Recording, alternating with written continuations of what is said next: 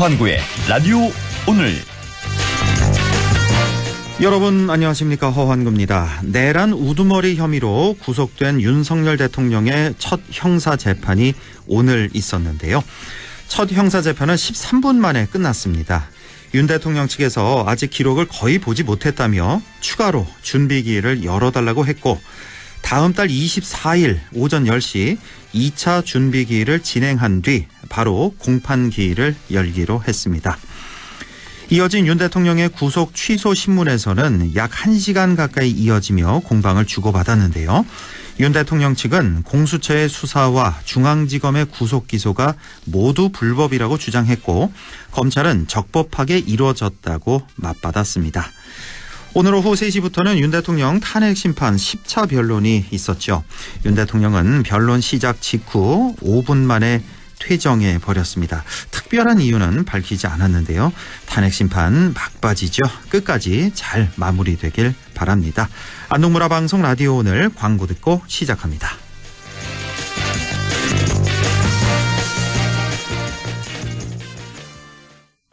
안녕하세요, 이찬원입니다.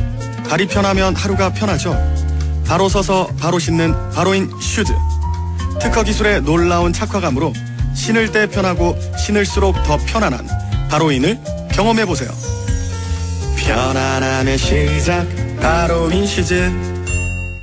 RSV 알고 계신가요? RSV는 독감 바이러스만큼 전염성이 강한 급성 호흡기 감염 바이러스로 영유아나 60세 이상 성인에서 감염 시 폐렴 등 심각한 합병증으로 이어질 수 있습니다. 주로 독감 바이러스와 비슷한 시기에 발생하는 RSV. 자세한 내용은 의사와 상담하세요. 이 광고는 RSV 질환인식 캠페인입니다. 네, 2월 20일 목요일 라디오 오늘입니다. 1부 안형진의 쾌도 난법 함께 하고요. 2부 이슈 오늘에서는 신규 공무원 한 명을 좀 만나보겠습니다. 문경시 새마을체육과의 공정민 주무관 연결해보죠. 이어서 임미의 그래도 정치 함께 하겠습니다. 라디오 오늘 많은 애청 바랍니다.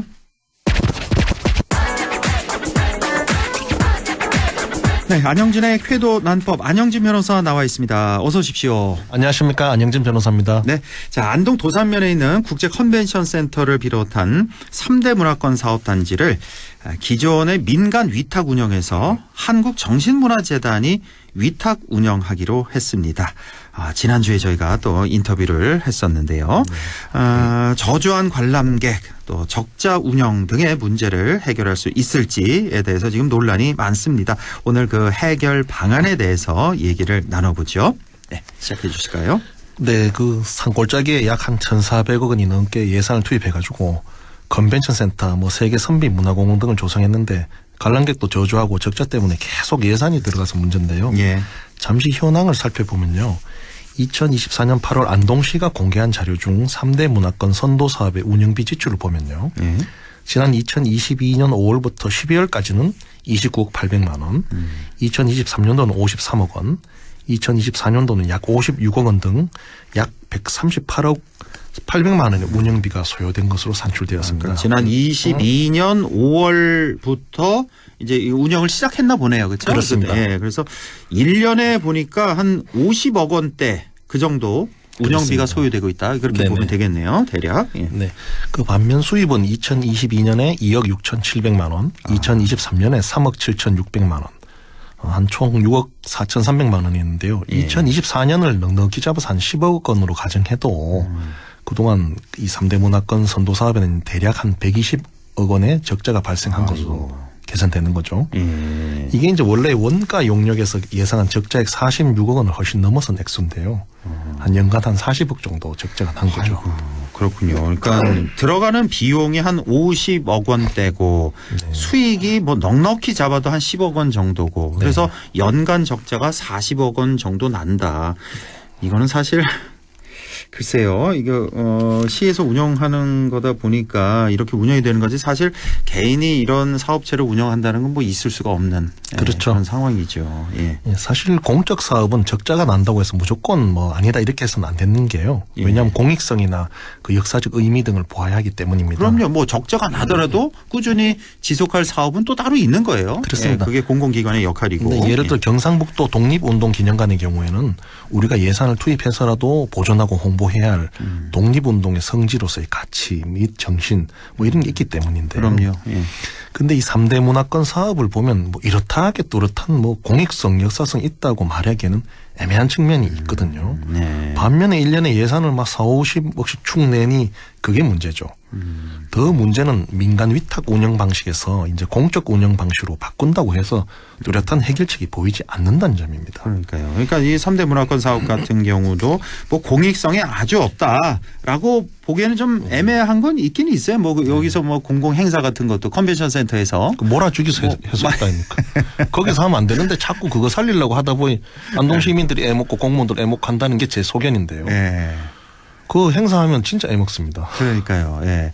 그래도 어쨌든 예. 공공의 그 영역도 그런 성격도 완전히 없지는 않다. 저는 또 그렇게도 봅니다만 예. 어쨌든 안 변호사는 그렇게 보시는 거고. 네. 예.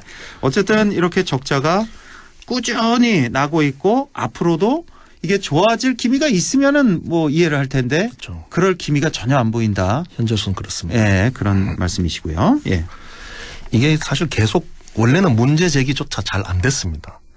이제 눈치 보다가 그렇죠. 이제 저를 비롯한 뜻있는 시민들이 계속 문제 제기해서 이제 수면에 올라왔죠. 예.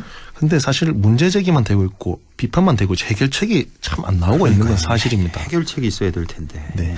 그래서 저는 여기서 강원도의 알펜시아 리조트 사례를 한 벤치마킹해서 검토해보자는 제안을 드리는데요. 예. 바로 매각 방식의 해결책입니다. 알펜시아 리조트 그 사례가 있군요. 여기도 그 알펜시아 리조트가 지난 그 맞습니다. 동계올림픽 맞습니다. 그때 거기죠. 그렇습니다. 근데 이런 그 알펜시아 리조트 같은 경우도 당연히 적자가 날 수밖에 없는 그런 거 아니겠습니까? 네. 그 당시 뭐 올림픽 유치 때문에 이렇게 지어놓고. 그렇죠. 여기도 적자가 많이 났겠군요. 그렇습니다. 이게 여기 매각이 됐군요. 여기는. 예, 우리에게 골칫거리 안동국제 컨벤션 센터 등이 있다면은 강원도에는 알펜시아 리조트가 있었는데요. 예. 이게 뭐냐면 2018 평창 올림픽의 성공적인 개최를 위해서 4.85 제곱킬로미터 규모로 공사기간 6년 사업비는 무려 1조 8천억이 들었습니다. 예. 강원도가 100% 출처한 알펜시아였죠. 예. 그래서 2020년 당시에 하루 이자가 4,300만 원, 한 달에 13억 원, 1년에 156억 원이 이자로 나갔던 거죠. 이자만 운영비가 아니고 이자만 150. 아까 그 컨벤션 센터가 1,400억 원 그렇죠. 넘게 들어갔다 그러는데 여기 알펜시아 리조트 여기는 10배 이상이군요. 1조 8천억 원이 들어갔다. 그렇습니다. 예. 그래서 이게 대표적인 이제 빚이 한 1조 원 되니까 이자가 초기에는 한 300억 원 들어갔고 1년에 그다음에 1년에 한 156억 원 들어간 돈 먹는 하마였는데요. 이 문제를 두고 이제 강원도에서 당연히 많은 논의가 있었죠. 그렇겠죠. 강원도의 그 어떤 예산은 경상북도보다 조금 이제 열악하거든요. 상대적으로 인구도 좋고 하니까. 그래서 해결책이 죄송합니다. 해결책이 막 안 나오는 겁니다. 그래서 이 고르디우스의 매듭을 끊는 해법이 드디어 나왔는데 뭐냐면 뭐 운영 잘하고 이런 거 말고 아예 매각을 해버리자 민간에. 매각 아예. 그렇죠. 근데 이게 매각하게 되면 그렇죠. 이렇게 적자 덩어리여서 제값 받고는 못 팔잖아요. 이게. 그렇죠. 그래서 당연히 반발이 있었습니다. 1조 8천억 원이 들어갔는데 민간 매각으로 경매를 하면 헐값 매각될 수밖에 없다. 그럼 주민들 재산이 축나는 거 아니냐는 비판이 당연히 제기되었습니다. 당연하죠. 그런데 당신은 그럼 이렇게 가서 계속 줄줄 끌고 하면 1년에 150억 넘는 이자 내야 되는데 어떡할 거냐는 반론도 있었죠. 그렇죠. 왔다 갔다 했던 겁니다. 그러한 논란 끝에 이제 계속 수의계약하다 하고 뭐 4차례 입찰 실패를 거쳐서 결국 5번째 공개 입찰에서 이제 2021년이었죠. 7,115억 원의 KH 강원 개발에 매각이 되었습니다. 7,115억 원. 7천억 원에. 그렇죠. 1조 8천억 원 들어갔는데 7천억 원에 그렇죠. 매각했다. 근데 저는 생각보다는 많이 받은 것 같은데요? 예. 제 생각에 그래요. 무려 1조 넘게 손해를 봤지만 이렇게라도 7천억이라도 건진 게 좀 다행이라는 생각이 드네요. 그래서 이제 2022년 2월 18일에 이제 잔금이 납부 다 해야 매각 완료되고 KH 그룹으로 넘어갔는데 그 현재는 또 다행히 민간 넘어가서 비교적 알펜시아는 정상적인 운영을 하고 있다는 거죠. 이런 신뢰가 있다는 겁니다. 그런데 이게 아까 말씀드렸듯이 이 과정에서 매각 이후에도 강원도지사와 강원도개발공사 사장을 직권 남용, 뭐 위기에 대한 공무집행 방해, 입찰 방해, 업무상 배임 등등으로 고발을 이 되고 막 내용을 겪었습니다. 이거 들은 것 같네요, 이거. 네. 시민단체에서 이렇게 물론 이제 이렇게 하셨는데 당연히 무혐의 결론이 났고요. 네. 그만큼 이게 어렵다는 겁니다. 당연히 헐값 매각을 하니까 그런 거죠. 그러니까는 1조 8천억짜리를 7천억 원에 매각했으니까 한 반값 좀 못되게 한 40% 정도 건진 건데 글쎄요. 지금 우리 컨벤션 센터 생각해 보면 1,400억 원 들어갔는데 이거 40% 하면은 한 500억, 600억 이렇게 되는데 그 정도라도 받고 파는 게 낫겠다 이건가요? 그거를 좀 검토해 봐야 된다는 게. 검토해야 된다. 이 강원도하고 똑같습니다, 상황이. 그러면 그거 1천 한 1,400 들어갔는데 어떻게 한 500 주고 파노. 너무 아깝다. 그럼 그거 계속 가지고 있고 이렇게 할 거냐. 1년에 50. 1년에 40 뭐 몇 억씩 그렇죠. 적자니까. 10년이면 500억입니다. 10년에 500억. 그러면 큰 수영장을 안동에 지을 수 있는데요. 그 돈이면. 그럼 차라리 팔아서 그럼 5, 600억으로 손에 쥐고 나머지 나간 이자 막으면은 그게 오히려 효율적이지 않나. 이런 사례가 있어서 우리가 그냥 소개를 우리가 머릿속으로 이렇게 하면 된다 이게 아니라 알펜시아 사례가 분명히 있기 때문에 우리도 벤치마킹을 할지 검토를 해봐야 된다는 겁니다. 근데 그렇죠. 현재 지역사회에서는 매각에 대한 논의조차 하고 있지 않습니다. 이렇게 꼭 뭐 한 40% 받고 팔아라 이 얘기가 아니라 그렇죠. 알펜시아 이 예가 있으니까 이제부터 논의를 좀 해보자. 팔든 그렇죠. 어떻게 하든 해보자는 건데 글쎄요. 제 일견에는 5, 600억 을 들여서 이걸 살 기업이 있을까 싶기도 하고. 그 알펜시아 사례가 5번 공개 입찰해서 됐거든요. 1, 2, 3, 4회는 이제 유찰됐고 5번째 돼서 7,115원 됐는데 어차피 그 땅하고 다 시설하고 하면 살 사람은 있는데 얼마에 사냐 이 문제죠. 그렇겠죠. 결국 그게 헐값에 매각하는 거에 대해서 우리 시민들이 이제 민주적으로 그걸 합의해 주시느냐 이 문제죠. 그래서 공론화를 시켜서 얘기를 해봐야 된다는 겁니다. 지금 이래 놔두고 그냥 계속 예산 받고 그냥 열심히 하겠다 이러고 뭐 이상한 행사 다 몰아주기 이거는 은발의 오줌내기입니다. 지금 몇 년째 해결이 안 되고 있거든요. 그래서 지금 고르디우스의 매듭처럼 아예 끊는 방법을 해야지 이렇게 나서는 안 그래도 우리 안동시의 재정이 어려운데 계속 이거는 나가는 겁니다. 그러네요. 어쨌든 그 한국 정신문화재단에서 이제 위탁 운영하기로 했는데 좀 한번 봐야겠네요. 한 운영 어떻게 하는지 올해 이쪽에 맡겨놔서 과연 똑같이 한 40억, 50억 이렇게 적자가 매년 날지. 지금 1년 이제 시작을 했기 때문에 시민의 한 사람으로서 응원하는 건 당연합니다. 그렇죠. 그리고 정신문화재단의 역량을 정말 믿고 싶고요. 그런데 어느 정도 기한을 두고 2년이면 2년, 3년이면 3년 기한을 두고 정상화가 안 된다면은 그 다음 수순으로 들어가야 됩니다. 이게 뜨거운 감자인게 잘못 이제 결국 이제 안동시장님의 결단이 필요하고 시의회의 결단이 필요한 문제인데요. 그렇습니다. 이게 잘못하면 욕만 먹고 또 형사적으로 고소되고 어렵거든요. 그래서 계속 이제 뭐죠 그 뜨거운 감자처럼 계속 수류탄 던지기 전에 밑으로 폭탄 돌리기. 폭탄 다음에 나 또 봅니다. 왜냐하면 건드리면 욕 먹고 안 건드리면 쪼매 욕 먹거든요. 이게 정치의 문제입니다. 그렇네요. 그래서 이런 게 지금 전국에 아주 많습니다. 특히 3대 문화권 사업이 이 경북에 진행되면서 뭐 많습니다. 이렇게 영주에도 있고 한데 다 지금 사람은 더 영주는 좀 상황은 달라요. 왜냐하면 선비 이쪽 문화 이쪽이 소소소원 옆에 아주 예쁘게 구성되어 있고 접근성이 좋습니다. 그렇죠. 전망도 영주는 좀 낫군요. 영주는 영주가 그건가요? 갑자기 생각이 안 나는데 영주 선비문화권, 그렇습니다. 안동은 유교문화권 사업, 그다음에 또 하나가 저 경주도인가요? 경주 그쪽에 예, 3대 문화권 하나요? 이제 가야문화권인가 가야문화권, 신라문화권 이래가지고 있는데 유교문화, 신라문화, 가야문화 이래 있는데 그래서 지금 각종 이래 기하집을 크게 지놓고 지금 계속 돈만 들어가는 형국이어서 영주도 고민이 많습니다만은 영주는 제가 직접 가본 결과는 조금 이제 그 숙박업소로 활용한다든지 하면은 좀 회생의 가능성이 있습니다. 근데 안동 컨벤션 센터 같으면은 저 골짜기에 지금 컨벤션 센터가 전 세계적으로 산골짜기에 있는 건 아마 여기가 유일할 거예요.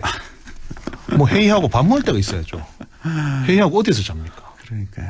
그래서 여기 좀 가까운데 한 5분 10분 거리에만 지어놨어도 이렇게 힘들진 않았을 텐데.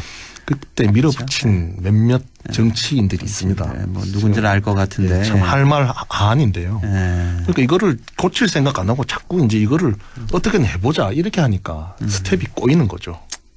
빨리 잘못 인정하고 해결합시다 이 얘기를 시민 한 사람으로서 말씀드립니다. 예. 오늘 뭐 마무리 말씀까지 다 하신 건가요? 네, 그렇습니다. 그러니까 이거 참 이거 어떻게 해야 될지 모르겠네요. 정말. 그리고 또 하나 추가하자면은 예. 그냥 이렇게 잘해보자 이렇게 얘기할 게 아니라 컨설팅을 제대로 받아야 됩니다. 그러니까 돈이 들어가도 용역을 줄 때 뭐 OEM 용역이라 하는데요. 어디 뭐 특정 단체 주면서 이렇게 해다고 하면 그래 써주는 용역 말고 진짜 예를 들면 맥킨지라든지 유명 컨설팅 업체 정상화를 위한 방법이 뭔지 매덕을 주더라도 해보자 이겁니다. 아마 나오기 쉽지 않을 겁니다. 근데 그렇게 해보고 또 이런 옳게 해보고 이제 좀 안 되면 팔아야지 어떡합니까? 기업 운영에 있어서 이런 재산은 매각 대산입니다. 그렇습니다. 제가 땅을 갖고 있는데 수익도 안 나는데 1년에 50억씩 계속 세금을 내야 돼요. 그럼 다음은 500억을 건지고 털자 이렇게 하겠죠. 당연히 제 재산이라면. 그렇죠. 예. 그렇습니다. 알겠습니다. 예. 안영진 변호사의 그 의도 뜻이 충분히 전달이 된 것 같습니다. 오늘 여기까지 보죠. 쾌도난법 안형진 변호사와 함께했습니다. 고맙습니다. 감사합니다. 네, 라디오 오늘 2부에서 뵙겠습니다.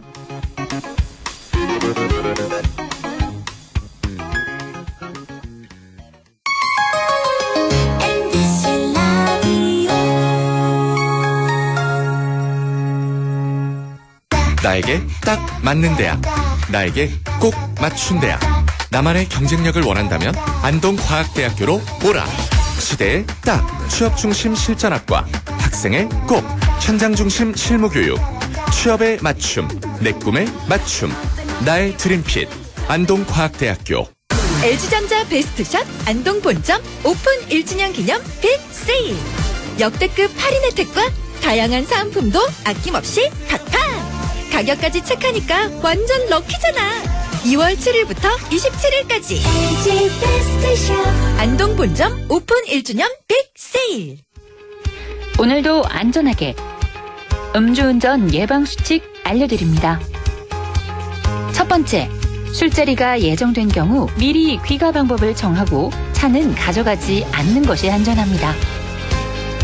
두 번째, 음주 후 자전거나 전동 킥보드를 이용하는 것도 음주운전 처벌 대상에 포함됩니다.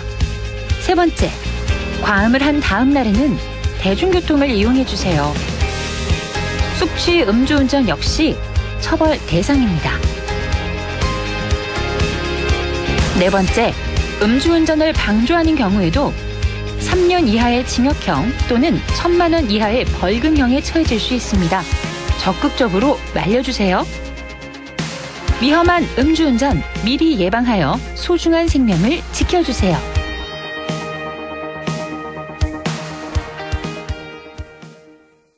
살림꾼 김재우의 살림템 추천. 이 찬바람 뭐지? 우리 자기 춥잖아. 창틀 바람막이로 실내 온기 지켜줄게. 일회용품 버릴 때 자기 마음 불편하지. 포장은 다회용기로, 플라스틱 거절한다. 우리 채소로 만든 맛있는 한 끼. 식재료 유통을 줄이면 탄소를 줄일 수 있어. 이 모든 건 저 김재우의 살림템이자 지구 살림템. 기후 위기로부터 우리의 행복을 지켜낼 수 있도록 함께해요. 지구 살림템. 공익광고협의회. 100.1 MBC 라디오. 네, 6시 24분 10초 지나고 있네요. 이슈 오늘 시작합니다. 국민을 위해 봉사하고 책임을 다하는 공무원인데요. 많은 분이 자긍심과 사명감을 안고 공직을 수행 중입니다. 자긍심을 갖고 일하는 공무원이 많아야 국민의 삶도 그만큼 더 나아질 수 있을 텐데요. 최근에는 책임만 많은 공무원이 싫다는 그런 젊은이들도 많아지고 있다고 해서 참 걱정이 됩니다. 실제 신규 공무원의 삶과 생각은 어떨까요? 신규 공무원이죠. 문경시 새마을체육과의 공정민 주무관을 연결해 보겠습니다. 자, 공정민 주무관님 안녕하십니까? 네, 안녕하세요. 문경시 신규 공무원 공정민입니다. 예, 아유 반갑습니다. 먼저 자기소개 좀 간략히 좀 부탁드릴까요? 안녕하세요. 작년 10월에 발령난 문경시 신규 공무원 공정민입니다. 예, 작년 10월이면 이제 4개월째 일하고 계시는데 구급 행정직 이렇게 된 거죠, 그러니까? 네, 맞습니다. 아, 예. 어떤 업무를 맡고 있나요? 저는 새마을체육과 국제대회팀에 소속되어 올해 개최되는 제9회 문경 아시아 소프트 테니스 선수권 대회 준비를 하고 있습니다. 아, 그 아시아 대회군요. 문경에 아시아 소프트 테니스 선수권 대회 그걸 지금 준비를 하고 있다. 어떻게 뭐 일은 할 만하세요? 어떠세요? 제가 공무원 되기 전부터 체육이나 행사에 관심이 많았는데 새마을체육과에 오게 되어서 좋았고 특히 제가 국제대회팀에 소속됐거든요. 예예. 네, 국제대회팀에서 국비 공모 사업에 선정되는 과정이라든지 전문성 있는 가업을 직접 경험해 볼 수 있어서 새로운 것을 좋아하는 저에게 정말 잘 맞습니다. 아, 그 공모 사업 이런 것도 다 이제 일을 같이 보셨군요. 네. 이런 거 어렵지 않나요? 그런데 신청하고 이렇게 선정되고 그런 과정들이? 네, 팀장님이랑 계장님이 옆에서 잘 이끌어 주셔서 저는 이제 네, 시키는 대로만 이제 열심히 하고 아무래도 신입이다 보니까 그 새마을체육과에는 몇 분이 같이 일하시나요? 지금 과장님 포함해서 20명 정도 일하고 많군요. 있습니다. 예. 20명이 함께 일하는 문경시 새마을체육과가 되는데 자. 그러면 공무원을 하게 된 동기가 뭐 특별히 있었을까요? 제 고향이 문경인데 20년 넘게 살다 보니 문경에 애정이 커서 계속 문경에 머무면서 뭐 할 수 있는지 생각해 보다가 이제 문경의 발전을 도울 수 있는 직업이 공무원이잖아요. 이렇게 애정을 가지고 일할 수 있다 생각해서 공무원에 도전했고 작년에 좋은 결과가 나와 공무원이 될 수 있었습니다. 공무원 합격은 몇 월에 되신 거예요, 그러면 작년에? 최종 합격은 작년 9월 22일이요. 아, 9월 22일 됐고 발령을 10월 22일. 10월에 됐고 바로 발령이 났네요, 그래도? 네, 맞아요. 그렇군요. 아유, 나이가 굉장히 앳돼 보여서 대학생 같기도 하고. 20대시죠, 나이는? 네, 올해로 27살 되었습니다. 27살 됐고. 준비는 얼마나 하셨어요? 이 공무원 시험 준비는? 좀 띄엄띄엄 준비한다고 한 준비 기간 다 합치면 한 2년 반 정도 돼요. 아, 2년 반 하고. 제가 이렇게 TV로 보면은 그 공무원 시험 준비하는 분들 보면 저 어디 기숙학원 같은 데 들어가서 아예 뭐 TV나 핸드폰 이런 거 완전히 차단하고 공부에만 뭐 열중하는 그런 프로그램을 본 적이 있는데 뭐 그런 정도로 했나요, 공부를? 어떤 식으로 했어요? 저도 이제 기숙학원 들어가가지고 한 10달 정도 공부했어요. 그래요. 본격적으로 이제 기숙학원 들어가서 했군요. 10달 공부. 아우, 많이 힘들었겠어요, 공부하는 과정이. 근데 그렇게까지 스트레스는 많이 안 받고 그냥 붙겠다는 생각으로 해가지고 괜찮았어요. 그렇군요. 과목은 뭐였어요? 그 공무원 시험 과목이? 저희 일반 행정직은 국어, 영어, 한국사, 행정법, 행정학 이렇게 5과목 준비해요. 그렇게 5과목. 네. 제일 어려운 과목이 뭐였어요? 아무래도 행정학이 범위가 넓다 보니까 가장 어려움을 겪었어요. 그렇군요. 아이고, 참 고생 많으셨습니다. 자, 이제 MZ 공무원이라고 할 수 있을 것 같은데 기성세대 공무원들과 일하는 방식의 어떤 차이, 간극 뭐 이런 게 있어서 좀 소통할 때 좀 어려움이 있지 않을까 이런 생각도 좀 드는데 좀 그런 점에서 좀 문제는 없나요? 그 회사 시청 선배들하고는? 근데 진짜 전혀 그런 거 없고 다들 신규 직원이라고 질문해도 친절하게 알려주시고 특히 제가 아재 개그 좋아하는데 다들 저에게 농담도 자주 해주시면서 네. 너무 잘 챙겨주셔서 어려움 없이 잘 적응해가고 있습니다. 굉장히 밝은 분이신 것 같아요. 그래서 네. 또 특히나 또 아재 개그 좋아하신 게 그 선배들한테 점수를 많이 땄겠네요 보니까. 아주 이렇게 적응을 잘 하고 있는 MG 공무원을 지금 통화를 하고 있는데 혹시 뭐 노하우 같은 게 있을까요? 잘 적응할 수 있는. 저희 가장님도 그러시고 다른 선배 공직자분들도 제게 항상 조언해 주시는 게 예. 바로 먼저 인사하기라 가지고 예. 네, 항상 웃으면서 인사하니까 선배분들도 예. 마음 열고 저에게 잘해 주시는 것 같아요. 맞아요. 저도 이제 해마다 후배들 많이 보잖아요. 네. 근데 인사가 진짜 한 90% 차지하는 것 같아요. 신입사원들 이렇게 들어오면은 인사만 잘해도 진짜 90% 먹고 들어가는 어느 직장이나 그건 다 똑같을 것 같아요. 그렇죠? 네, 진짜요. 네. 인사를 어떻게 하세요? 이제 과장님 이제 출근해서 과장님 앞에 이제 오신다 그래서 봤다 그러면 어느 정도로 어느 톤으로? 그냥 안녕하세요. 그 정도 뭐 그렇게 밝게 하는 것 같지는 않은데요. 항상 이렇게 웃으면서 밝은 네. 얼굴로 이렇게 인사를 잘 하시는군요. 자, 네. 요즘 공무원들 처우 얘기가 많이 나오잖아요. 그래서 그 어려운 시험 봐서 취직을 했는데 바로 퇴사하는, 이직하는 뭐 이런 경우가 많다고 들었는데 실제로 네. 들어와서 보니까 어떤 것 같아요? 근데 진짜 제가 인복이 있는지 다들 저에게 너무 잘해줘가지고 진짜 업무에 적응하는데도 큰 어려움 없고 또 흥미로운 업무 맡으니까는 저는 진짜 굉장히 만족스럽게 공직 생활하고 있습니다. 아이고 그렇군요. 그 방송이어서가 아니라 실제로 그런 거죠? 네네. 정말 잘해주세요. 그 시청 선배들 중에 뭐 나 때는 말이야 하면서 뭐 좀 이렇게 힘들게 하는 그런 선배는 없으세요? 네, 진짜 다 잘해주세요. 아이고, 너무. 예, 다행이네요. 너무, 예. 2025년 올해 문경시 캐치프레이즈가 바로 즐겁게 일하자라고 들었는데, 우리 공정민 주무관님, 뭐, 굉장히 즐겁게 일하고 계시는 것 같네요. 네, 이렇게 라디오까지 출연하고, 매우 즐겁습니다. 예. 이래 보니까, 이런 거는 좀 아쉽다, 이런 건 좀 바뀌었으면 좋겠다 하는 게 어떤 게 있을까요? 혹시 4.5일제 아세요? 알죠. 예, 저희 회사도 격주로 실시하고 있거든요. 예. 요번에 저희 문경시에서 시단위 최초로 시내버스 무료화했는데 이렇게 앞서가는 도시인데 공무원 4.5일제도 시단위 최초로 실시해주면 좋지 않을까.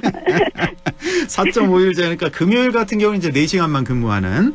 네. 지금 저 광역시 특별자치도 여기는 시범적으로 실시하고 있군요. 네. 광역자치단체에서는. 근데 기초지자체에서는 아직 실시하는 곳이 없다. 그래서 네. 최초로 우리 문경시가 실시해보자 이거군요. 네, 맞습니다. 지금 신영국 시장님이 지금 듣고 계실려나 모르겠네. 근데 신영국 시장님이 굉장히 좀 트여있는 분이어서 맞아요. 아마 우리 공정민 주무관이 또 이렇게 건의사항을 방송을 통해서 얘기했으니까 실시가 될 수도 있을 것 같네요.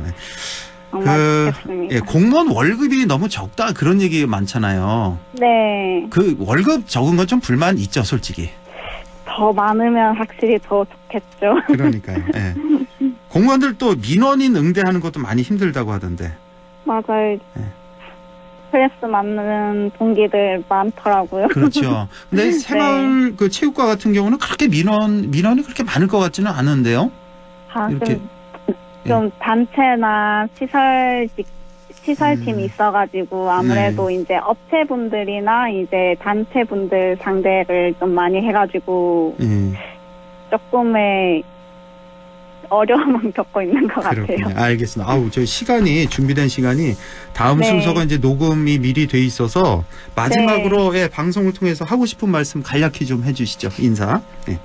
문경시 신규 공무원으로 라디오 나올 수 있어서 정말 영광이고 제가 지금 저희 팀에서 준비하는 제9회 문경 아시아 소프트 테니스 선수권 대회가 올해 9월에 개최되는데 청취자분들도 잊지 마시고 많은 관심 부탁드리겠습니다. 네, 오늘 너무너무 반가웠습니다. 지금까지 문경시 신규 공무원 공정민 주무관과 함께했습니다. 고맙습니다. 네, 감사합니다. 네, 인미의 그래도 정치 시작합니다. 오늘도 더불어민주당 인미의 의원과 함께하죠. 의원님 안녕하십니까? 네, 안녕하세요. 임미애입니다. 네, 자 시작 전에 먼저 말씀드릴게요. 오늘 임미애 의원님 일정상 지금 녹음을 하고 있다는 거 알려드립니다. 지금 시각이 6시 6분 이렇게 지나고 4시 6분 지나고 있습니다. 자, 오늘 탄핵 심판 10차 변론이 있었는데요. 오늘 증인으로 한덕수 총리 3시, 홍장원 차장 5시, 조지호 경찰청장 7시 이렇게 예정이 돼 있는데 오늘 이 변론 내용은 내일 최진봉 교수와 좀 자세히 다뤄보도록 하고, 자 오늘 이 증인 3명이 다 윤석열 대통령에게는 또 불리한 그런 증인으로 이렇게 알려져 있는데, 자 오늘 지금 속보를 보니까 윤 대통령이 재판 시작하자마자 또 5분 만에 퇴정을 했다는 속보가 들어와 있는데, 네네. 지난번에도 한번 퇴정을 했는데 재판 중에 오늘 또 그랬네요. 그러니까요. 네. 이거 뭐 어떻게 봐야 됩니까? 오늘 증인들은 모두 다 윤석열 측에서 신청한 증인들이잖아요. 그러니까요. 예. 특히 뭐 조지호 경찰청장 같은 경우엔 국회 측에서도 이분이 지금 혈액암 투병 중이기 때문에 굳이 출석하지 않아도 된다라는 얘기를 했는데, 구인장을 발부해서라도 증언을 들어야 된다라고 요구한 거는 윤석열 측이거든요. 그런데 오늘 5분 만에 이렇게 퇴정을 하는 거 보면 지난번에 이어서 벌써 2번째잖아요. 거의 이제 일반적으로 사람들이 많이 추측하기를 오늘 이렇게 최종 변론이 끝나고 나면 최후 진술 일자만 잡히게 될 거고, 그게 아마 다음 주 초 정도가 되지 않겠냐. 그러면 사실상 헌법재판소의 심리는 모든 절차가 끝나게 될 거다. 그럼 최종 결정만 남을 거다라는 얘기를 하지 않습니까? 그러면 아마 오늘이 마지막이 될 가능성이 많은데, 그것에 대한 경계, 두려움 이런 것이 작동한 게 아닌가라는 생각이 좀 듭니다. 뭐 불만도 꽤 많은 것 같고 이렇게 빨리 그렇죠. 진행되는 거에 대해서. 근데 불만은 지속적으로 제기를 해왔는데요. 저는 그 불만을 제기할 사안은 아닌 것 같습니다. 그동안 그래도 헌재가 대통령 측의 입장을 충분히 들어주려고 애를 썼고, 그렇기 때문에 어쩌면 헌재의 결정을 불복하기 위한 사전 포석 놓기 일환 이렇게 보입니다. 참 그렇게까지 가면 안 될 텐데. 자 오늘 뭐 조지호 경찰청장 얘기를 해주셨는데, 이 조지호 청장 같은 경우는 이제 검찰 조사에서 밝힌 내용이 국회에 들어가는 국회의원들 다 잡아라, 체포해라라는 지시를 반복적으로 윤 대통령으로부터 받았다. 6번 받았다는 맞습니다. 보도가 있고, 어제는 또 보도 보니까 총 그날 밤에 8번 지시를 받았다는 그런 보도도 있었는데, 6번이든 8번이든 반복적으로 국회의원들 다 체포해라는 증언을 했단 말이에요. 검찰 조사에서. 예, 맞습니다. 그러니까 이건 뭐 빼박 사실이 아닐까 그렇게 생각이 드네요. 이게 계엄을 선포하기 3시간 반 전에 삼청동 대통령 안가에서 김봉식 서울경찰청장 그리고 윤석열, 김용년 이렇게 만나가지고 거기 조지호 경찰청장도 있고 만나서 그 자리에서 얘기를 했다는 거 아닙니까? 국회 그리고 선관위, 언론사 여기에 군과 경찰이 장악할 기관의 명단 요게 적힌 A4 용지를 전달받았다.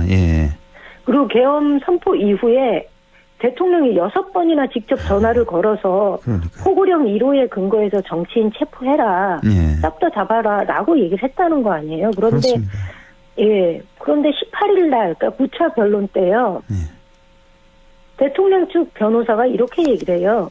조지호 경찰청장이 포고령만 보고 스스로 판단해가지고 국회 봉사한 거다. 이렇게 억지를 부리고 있거든요.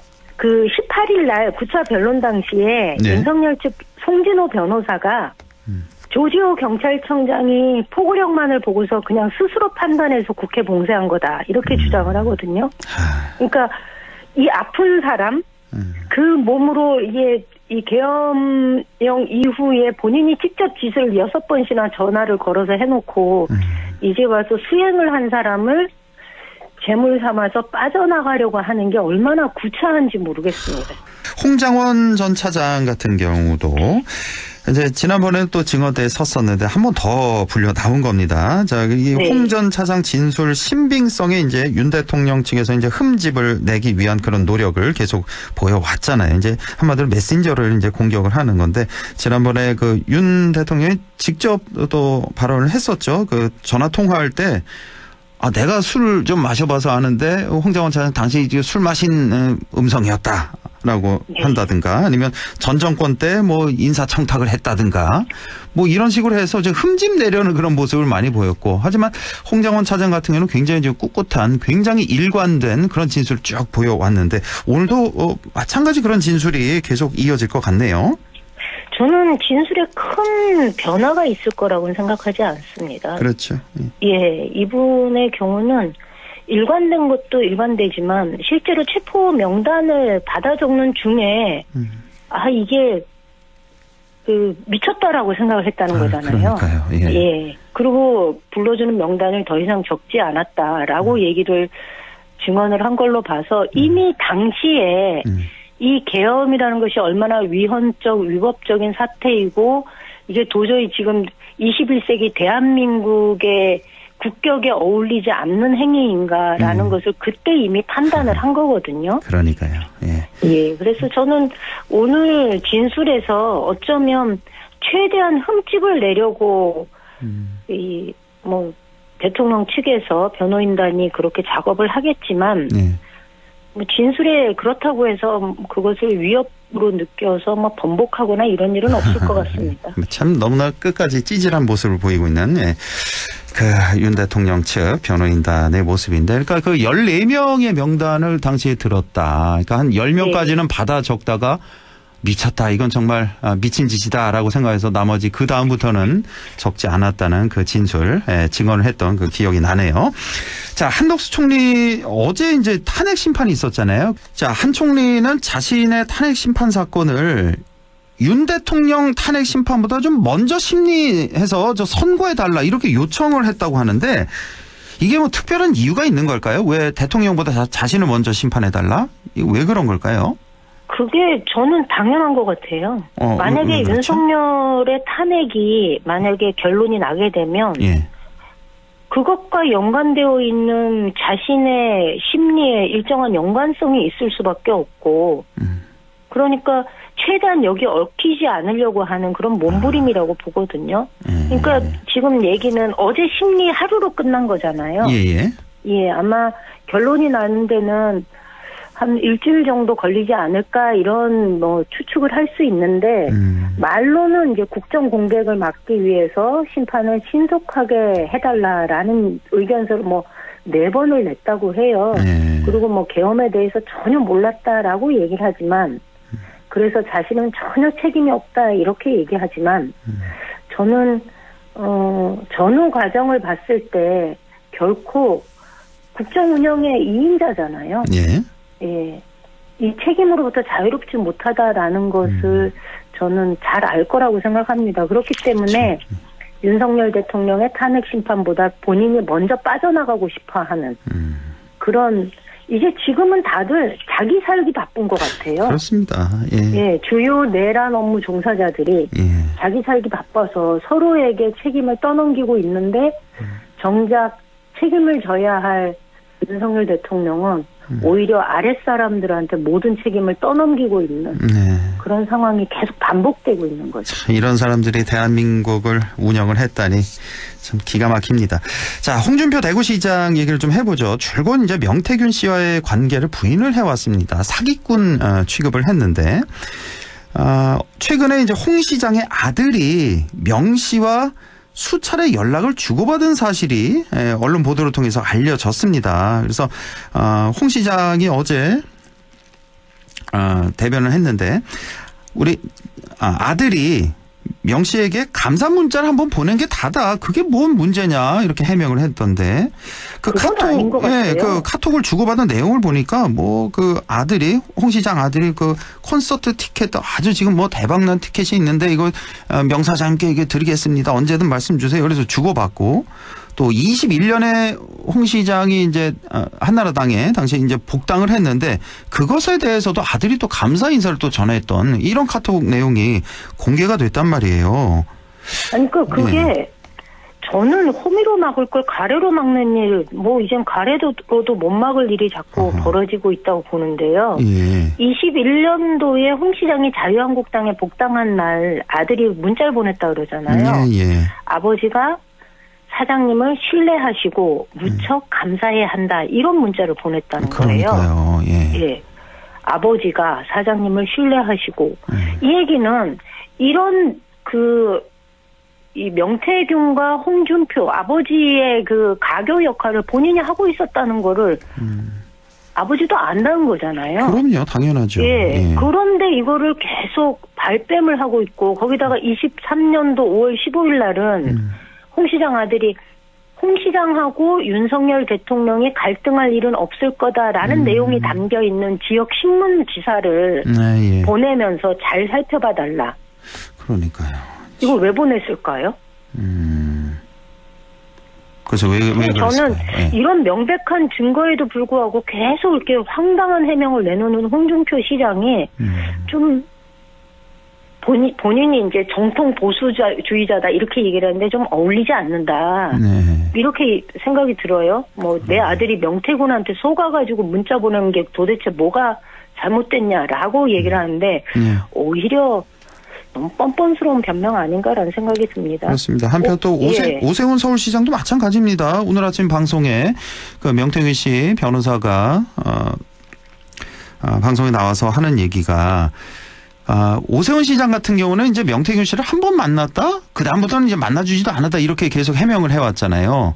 근데 그게 아니었네요, 보니까. 이 명태균 씨 변호사가 어느 식당, 아예 그 식당 이름까지 얘기하면서 어느 식당에서 뭘 먹었고, 또 B 식당에서 뭘 먹었고, C 식당에 뭘 먹었고, 이걸 그러니까 또 방송, 보면, 깨알 같은 기억력, 거기에다가 뭐 간장에 절여 있는 계란을 뭐 반찬을 2번이나 시켰다, 뭐 이런 식으로 당시 상황에 대한 아주 명확한 기억을 지금 얘기하고 있거든요. 그러니까 거기다가 오늘 명태균 씨가요. 변호인을 통해서 홍준표하고 오세훈 고소하겠다고 했어요. 고소를 또 하겠다. 고소하겠다. 오히려 자기한테 은혜를 입은 사람들이 오히려 적반하장으로 지금 자기를 끊임없이 사기꾼으로 몰고 음해하는 것에 대해서 고소하겠다. 이렇게 얘기를 했고요.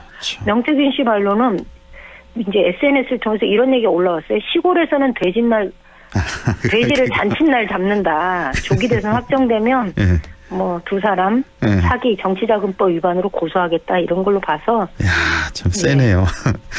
잔칫날 돼지를 잡겠다. 여기서 잔칫날은 뭐 대선인가요? 대선이고 대선이죠. 돼지 잡겠다. 돼지는 홍 시장, 오 시장 이 얘기를 하는 거고. 그렇죠. 뭐 껍질도 벗기겠다 이런 얘기도 하지 않았나요? 얼마 전에는 또. 아이고 그거는 제가 방송에서 얘기하기가.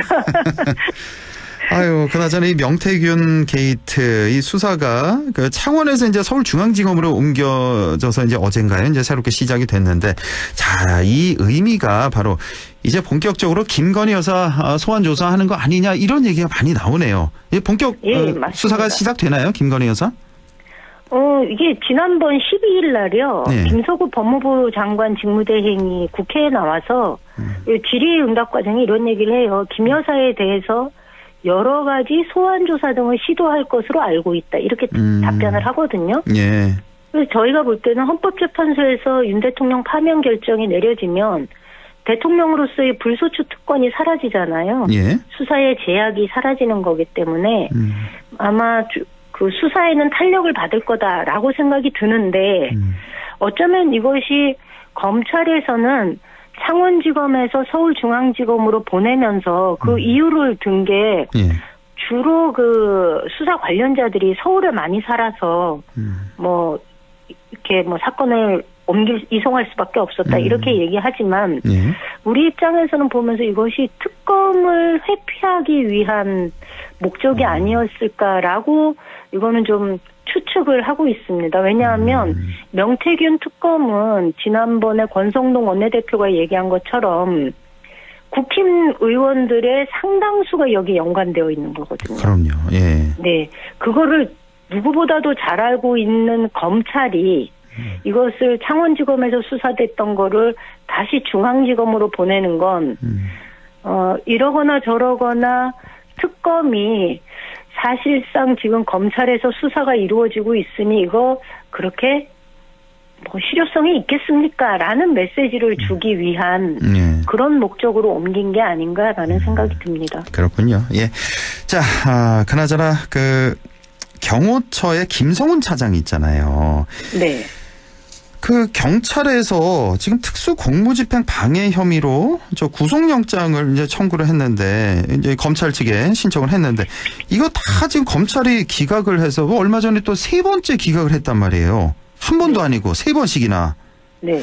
그래서 여러 가지 추측, 의혹이 지금 제기되고 있는 게 이 검찰도 이 내란과 연관성이 있는 거 아니냐. 그 경호처에 지금 김성훈 차장이 지금 비화폰 서버 지금 꽉 잡고 있는데, 예, 이게 지금 공개가 되면 검찰이 위험해서 지금 이거 계속해서 반려하고 있는 거 아니냐, 영장을. 이런 얘기가 좀 많네요. 이거 어떻게 보십니까? 김성훈. 그러니까 이거 도저히 있을 수 없는 일이 벌어진 건데요. 예. 말씀하신 것처럼 대통령 입장에서도 가장 최후에 지키고 싶은 사람이 누구일까 보면 저는 김성훈일 것 같아요. 그러니까요. 예. 예. 그리고 이 비화폰이 과거 문재인 정부에서는 비화폰의 그 서버에 저장되는 기간이 이게 한 달 이 정도였다 그래요. 그런데 이번에 그 김성훈이 와가지고 이 비화폰의 내용을 서버에 저장하는 기간이 2일로 단축시켰다 그러거든요. 2일로요? 실제로 2일로.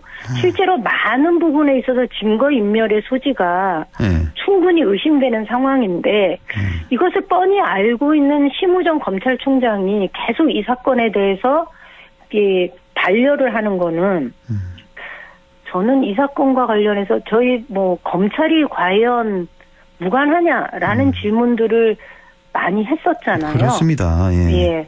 검찰도 아마 일정 부분 개입이 되어 있을 것이고 그런 면에서 심우정 검찰총장이 자유롭지 않다라는 것을 이번 김성훈 차장에 대한 구속영장 기각에 대해서 그렇게 판단할 수 있지 않을까 싶어요. 그렇습니다. 지금 내란 수사가 전혀 지금 손을 못 댄 곳이 이제 검찰 쪽하고 여기도 의문이 지금 많이 가는 상황에서 경호처도 그렇고 또 대통령 비서실도 마찬가지고 그렇죠? 이쪽도. 대통령실은 저희가 지금 전혀 손을 못 대요. 이러니까 특검을 하자라고 얘기하는데 특검이 안 되고 있는 거죠. 그렇습니다.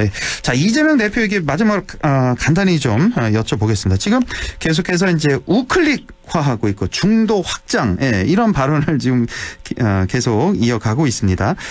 엊그제는 또 민주당이 이제 중도 보수 정당이다라는 발언을 해서 사실 당내에서도 약간 좀 반발도 있는 것 같고 지지층에서도 마찬가지인 것 같습니다.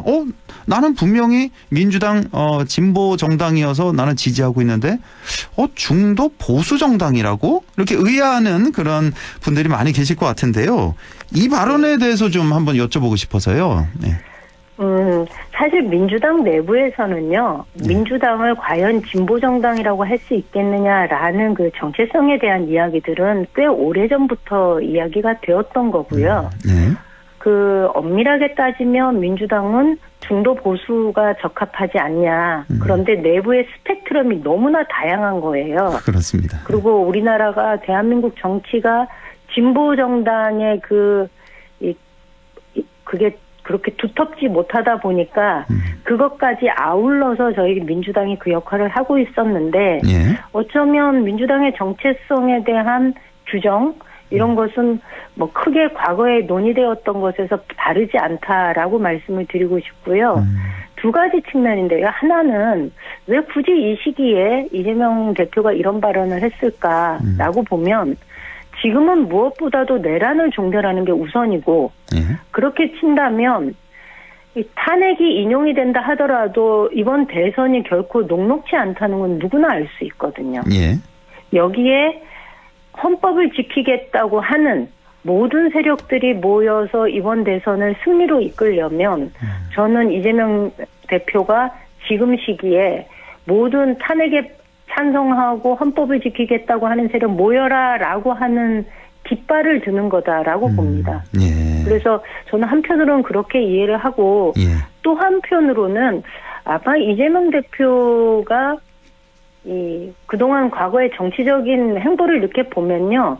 자치단체장을 했던 분들의 경우는 이념의 틀로 이 정책이나 정치를 바라보는 게 조금은 자유롭습니다. 정책을 이게 보수 진영의 의제야, 이거는 진보 진영의 의제야 이렇게 선을 긋기보다는 필요하면 자유롭게 넘나드는 게 보통 단체장들의 행정에서 그런 게 있거든요. 아무래도 다 주민들 아우러야 되니까. 그래서 저는 이재명 대표의 정치적인 경력을 봤을 때 이건 어쩌면 자연스러운 행보이다라고 봅니다. 그렇군요. 스펙트럼 넓히기 그리고 이념보다는 실용을 중시하는 그런 차원의 발언이 아니냐. 오늘 여기까지 하죠. 그래도 정치 더불어민주당 임미애 의원과 함께했습니다. 고맙습니다. 고맙습니다.